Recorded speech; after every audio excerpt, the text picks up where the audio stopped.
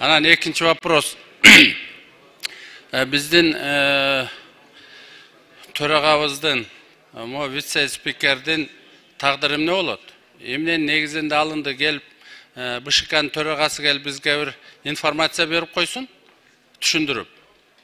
Программа үчүн айтып атам. Анан Бейшеналы Нурдинович, сиз бир-эки суроо бердиңиз. Төрага боюнча азыр юридикалык жактары такталып жатат. Бүгүн эртең так жообу болот. Ал үчүн бир ушул маселе боюнча БШКны чакыруу менимче азыр эртерээк. Ал эми вице-спикер Нурбек Өмүрбекович Сыдыгалиев каттоодон өтүп жатканда талапкер катары шайлоого кызматынан кетүү боюнча арызын берген, кызматын тапшыруу боюнча.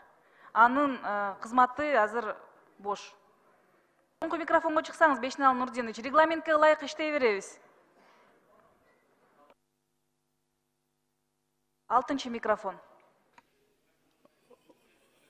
Ошол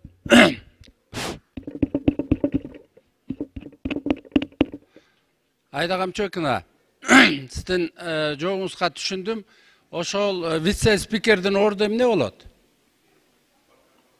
Төрага болсо өзүнүн иши менен болуп атат. Анан азыр сиз жалгыз калып атасыз. Сиз ооруп же бирдеме болуп калсаңыз ким алып барат заседанияны? Ошон үчүн ошо вице-спикердин ордун чечиш керек.